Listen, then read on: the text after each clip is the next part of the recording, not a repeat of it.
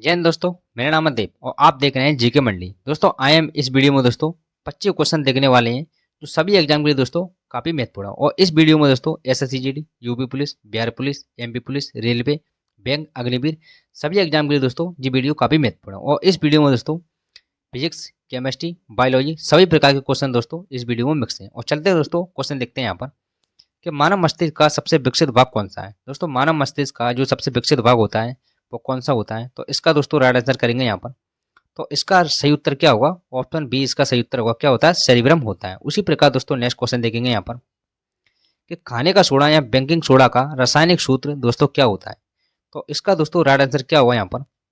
तो इसका सही उत्तर क्या होगा? ऑप्शन ए इसका सही उत्तर होगा। और दोस्तों ये क्वेश्चन भी पूछा जाता है यहाँ पर कि खाने के सोडे का रासायनिक नाम क्या होता है। तो इसका रासायनिक नाम क्या होता है? तो सोडियम कार्बोनेट होता है। ये आपको याद रखना है। क्या होता है?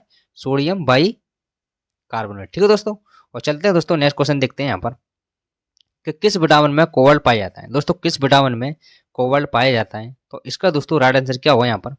तो ऑप्शन बी इसका राइट आंसर होगा। ठीक है दोस्तों। विटामिन बी 12 में दोस्तों क्या पाया जाता है? कोबाल्ट पाया जाता है। उसी प्रकार नेक्स्ट क्वेश्चन देखेंगे यहाँ पर सर्वप्रथम कोशिका की खोज दोस्तों किसने की थी। दोस्तों सर्वप्रथम कोशिका की खोज है वो किसने की थी, तो इसका दोस्तों राइट आंसर क्या होगा यहाँ पर? तो ऑप्शन बी इसका राइट आंसर होगा। दोस्तों रॉबर्ट हुक ने किस कोशिका की खोज की थी? तो मृत कोशिका की खोज की थी। और दोस्तों कब की थी यहाँ पर? तो जिस सन भी आपको याद रखना है 1665 में की थी। उसी प्रकार दोस्तों जीवित कोशिका की खोज किसने की थी? दोस्तों जीवित कोशिका की खोज किसने की थी? तो ल्यूवन हॉग ने की थी। जी आपको याद रखना है, जीवित कोशिका की खोज ल्यूवन हॉग ने की थी। और कब की थी दोस्तों? तो 1674 में की थी। ठीक है दोस्तों, दोनों डेट ने दोस्तों आपको याद रखना है। और चलते हैं दोस्तों नेक्स्ट क्वेश्चन देखते हैं यहाँ पर सापेक्षता का सिद्धांत किस वैज्ञानिक ने दिया था। दोस्तों सापेक्षता का सिद्धांत है वो किस वैज्ञानिक ने दिया था। दोस्तों ये क्वेश्चन वेरी वेरी आईएमपी है दोस्तों। तो इस क्वेश्चन को दोस्तों आप अच्छे से समझेंगे यहाँ पर। तो इसका दोस्तों राइट आंसर क्या होगा यहाँ पर? तो ऑप्शन बी इसका राइट आंसर होगा। किसने दिया था? अल्बर्ट आइंस्टीन ने दिया था। दोस्तों ये क्वेश्चन आपको ध्यान में रखना है। और चलते हैं दोस्तों नेक्स्ट क्वेश्चन देखते हैं यहाँ पर कि परमाणु रिएक्टर में मंदक के रूप में किसका प्रयोग किया जाता है। दोस्तों परमाणु रिएक्टर में जो मंदक के रूप में है वो किसका प्रयोग किया जाता है। तो दोस्तों इसका सही उत्तर क्या होगा यहाँ पर? तो ऑप्शन बी इसका सही उत्तर होगा। ठीक है दोस्तों, किसका उपयोग किया जाता है? भारी जल का उपयोग किया जाता है। और दोस्तों भारी जल के स्थान पर एक का भी उपयोग किया जाता है, इसका ग्रेफाइट का। तो ये भी आपको याद रखना है, भारी जल और ग्रेफाइट का उपयोग किया जाता है। ठीक है दोस्तों। और भारी जल की खोज दोस्तों किसने की थी? तो एस सी यूरो ने की थी। जी भी आपको याद रखना है, एस सी यूरो ने क्या की थी? भारी जल की खोज की थी। और भारी जल का दोस्तों क्या होता है? भारी जल का सूत्र क्या होता है? तो DTO होता है दोस्तों, इसका फॉर्मूला होता है। और दोस्तों भारी जल का अणुभार कितना होता है? तो 20 होता है। ये भी आपको याद रखना है। तो दोस्तों मैं एक बार दोबारा दोबारा रिपीट करता हूँ इसको। भारी जल की खोज किसने की थी? एस सी यूरो ने की थी।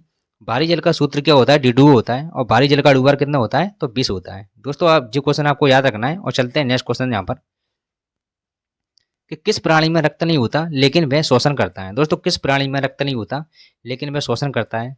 क्या चूहा, हाइड्रा, मेंढक या मील? तो इसका राइट आंसर क्या होगा दोस्तों? तो ऑप्शन बी इसका राइट आंसर होगा। क्या होता है? हाइड्रा होता है। ठीक है दोस्तों, याद रखना है यहाँ पर। और चलते हैं नेक्स्ट क्वेश्चन की तरफ यहाँ पर कि ज्योति तीव्रता का मात्रक क्या है। दोस्तों ज्योति तीव्रता का मात्रक है वो क्या है? तो इसका दोस्तों राइट आंसर क्या होगा यहाँ पर? तो ऑप्शन बी इसका राइट आंसर होगा। क्या होता है? कैंडेला होता है। ठीक है दोस्तों, याद रखना है यहाँ पर ज्योति तीव्रता का मात्रक क्या होता है? कैंडेला होता है। उसी प्रकार नेक्स्ट क्वेश्चन देखते हैं यहाँ पर शरीर से हृदय की ओर रक्त ले जाने वाली रक्तवाहिनी क्या कहलाती है। दोस्तों शरीर से हृदय की ओर रक्त ले जाने वाली रक्तवाहिनी क्या कहलाती है? तो दोस्तों इसका राइट आंसर क्या होगा यहाँ पर? तो ऑप्शन ए इसका राइट आंसर होगा। क्या होती है? सिरा होती है। दोस्तों ये क्या होती है? जो शरीर से हृदय की ओर रक्त ले जाती है। जब हृदय से शरीर की ओर रक्त आएगा तो वो क्या कहलाती है? वो धमनी कहलाती है। ये भी आपको याद रखना है। शरीर से हृदय की ओर रक्त ले जाएगी तो दोस्तों क्या कहलाएगी? सिरा कहलाएगी। और हृदय से शरीर की ओर रक्त ले जाएगी तो क्या कहलाएगी? वो ध्वनि कहलाएगी। दोस्तों ये दोनों क्वेश्चन आपको याद रखना है। और चलते हैं दोस्तों नेक्स्ट क्वेश्चन देखते हैं यहाँ पर कि दूध का दही के रूप में जमने का कारण क्या है। दोस्तों दूध का दही के रूप में जमने का कारण क्या है? तो दोस्तों इसका अपन सही उत्तर करेंगे यहाँ पर। तो इसका दोस्तों राइट आंसर क्या होगा यहाँ पर? ऑप्शन सी इसका राइट आंसर होगा किटवन। दोस्तों वेरी वेरी आईएमपी क्वेश्चन है, कई बार एग्जाम में दोस्तों ये क्वेश्चन रिपीट होता है। तो इसे आप अच्छे से समझेंगे यहाँ पर। और चलते हैं दोस्तों नेक्स्ट क्वेश्चन की तरफ यहाँ पर कि कौन सी ग्रंथि सेक्स हार्मोन को श्रवण करती है। दोस्तों कौन सी ग्रंथि है जो सेक्स हार्मोन को श्रवण करती है? तो दोस्तों इसका राइट आंसर क्या होगा यहाँ पर? तो ऑप्शन ए इसका राइट आंसर होगा। कौन सी ग्रंथि होती है? तो एड्रिनल ग्रंथि होती है। ठीक है दोस्तों, जो सेक्स हार्मोन को श्रवण करती है। उसी प्रकार नेक्स्ट क्वेश्चन देखेंगे यहाँ पर कि एकमात्र अधातु कौन सी है जो कमरे के तापमान पर द्रव अवस्था में बदल जाती है। दोस्तों एकमात्र अधातु कौन सी है जो कमरे के तापमान पर द्रव अवस्था में बदल जाती है? पारा, ब्रोमीन, क्लोरीन या गैलियम। तो इसका दोस्तों राइट आंसर क्या होगा? ऑप्शन बी इसका राइट आंसर होगा। दोस्तों ये बात काय की हो रही है? अधातु की हो रही है। अगर बात धातु की होगी तो कौन सी होगी? वो पारा। ठीक है दोस्तों, याद रखना ये क्वेश्चन को यहाँ पर। ये एकमात्र धातु जो कमरे के तापमान में द्रवस्था में बदल जाती है वो कौन सी है? ब्रोमीन। अगर एकमात्र धातु होगा जो कमरे के तापमान में द्रवस्था में बदल जाएगी तो उसका राइट आंसर क्या होगा? पारा। ठीक है दोस्तों, दोनों क्वेश्चन आपको याद रखना है। और चलते हैं दोस्तों नेक्स्ट क्वेश्चन देखते हैं यहाँ पर कि पालक के पत्तों में किसकी मात्रा सबसे अधिक होती है? दोस्तों पालक के पत्तों में किसकी मात्रा है वो सबसे अधिक होती है? विटामिन, आयरन, कार्बोहाइड्रेट या वसा। तो दोस्तों इसका राइट आंसर क्या होगा यहाँ पर? तो ऑप्शन बी इसका राइट आंसर होगा। क्या होता है? आयरन। आयरन मतलब लोहा। ठीक है दोस्तों, याद रखना है ये क्वेश्चन को। और चलते हैं यहाँ पर नेक्स्ट क्वेश्चन की तरफ। यहाँ पर किसे रक्षात्मक पदार्थ कहा जाता है? दोस्तों किसे रक्षात्मक पदार्थ कहा जाता है? विटामिन, प्रोटीन, कार्बोहाइड्रेट या वसा। तो इसका राइट आंसर क्या होगा यहाँ पर? तो ऑप्शन ए इसका राइट आंसर होगा। किसे कहा जाता है? विटामिन को कहा जाता है। उसी प्रकार नेक्स्ट क्वेश्चन देखेंगे यहाँ पर कि अनुवंशिकता के नियम का प्रतिपादन किसने किया? दोस्तों अनुवंशिकता के नियम का प्रतिपादन किसने किया था? तो इसका दोस्तों राइट आंसर क्या होगा यहाँ पर? तो ऑप्शन बी इसका राइट आंसर होगा। किसने किया था? ग्रेगर मेंडल ने किया था। वेरी वेरी आईएमपी क्वेश्चन है, कई बार एग्जाम में क्वेश्चन रिपीट होता है, तो इसे आप अच्छे से देखेंगे यहाँ पर। और चलते हैं नेक्स्ट क्वेश्चन की तरफ यहाँ पर कि पोलियो वैक्सीन की खोज दोस्तों किसने की थी? पोलियो वैक्सीन की खोज किसने की थी? तो इसका दोस्तों राइट आंसर क्या होगा यहाँ पर? तो इसका दोस्तों सही उत्तर क्या होगा? ऑप्शन सी इसका सही उत्तर होगा। किसने की थी? जोनास साल्के ने की थी। ठीक है दोस्तों, पोलियो वैक्सीन की खोज किसने की थी? तो जोनास साल्के ने की थी। उसी प्रकार नेक्स्ट क्वेश्चन देखेंगे यहाँ पर कि लेड संचायक बैटरी में कौन सा अम्ल का प्रयोग किया जाता है? दोस्तों लेड संचायक बैटरी में कौन से अम्ल का प्रयोग है वो किया जाता है? तो इसका दोस्तों राइट आंसर क्या होगा यहाँ पर? तो ऑप्शन ए इसका राइट आंसर होगा। क्या? सल्फ्यूरिक अम्ल का उपयोग किया था। ठीक है दोस्तों, याद रखना यहाँ पर किसका उपयोग किया था? सल्फ्यूरिक अम्ल का उपयोग किया था। उसी प्रकार नेक्स्ट क्वेश्चन देखेंगे यहाँ पर क्षय रोग या टीबी रोग मानव शरीर के किस भाग को प्रभावित करता है? दोस्तों टीबी है वो मानव शरीर के किस भाग को प्रभावित करती है? फेफड़ा, यकृत, वृक्क या अमाशय। तो दोस्तों इसका सही उत्तर क्या होगा यहाँ पर? तो ऑप्शन ए इसका सही उत्तर होगा। किसको प्रभावित करती है? फेफड़े को प्रभावित करती है। ठीक है दोस्तों, याद रखना है क्वेश्चन को। और चलते हैं नेक्स्ट क्वेश्चन की तरफ यहाँ पर कि किसकी कमी से एनीमिया रोग होता है? दोस्तों किसकी कमी से है जो एनीमिया रोग होता है? कैल्शियम, आयोडीन, जस्ता या लोहा। तो दोस्तों इसका राइट आंसर क्या होगा यहाँ पर? तो ऑप्शन डी इसका राइट आंसर होगा। लोहे की कमी से दोस्तों कौन सा रोग होता है? तो एनीमिया रोग हो जाता है। उसी प्रकार नेक्स्ट क्वेश्चन देखेंगे यहाँ पर कि एलिजा जांच है वो किस रोग की पहचान करती है? दोस्तों एलिजा जांच है वो किस रोग की पहचान करती है? टीबी, पोलियो, कैंसर या एड्स। तो इसका दोस्तों राइट आंसर क्या होगा यहाँ पर?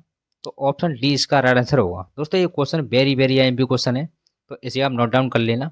और चलते हैं दोस्तों नेक्स्ट क्वेश्चन देखते हैं यहाँ पर कि निकट दृष्टि दोष को ठीक किया जाता है। दोस्तों निकट दृष्टि दोष को किससे ठीक किया जाता है? उत्तल लेंस, अवतल लेंस, समतल लेंस या सामान्य कांच।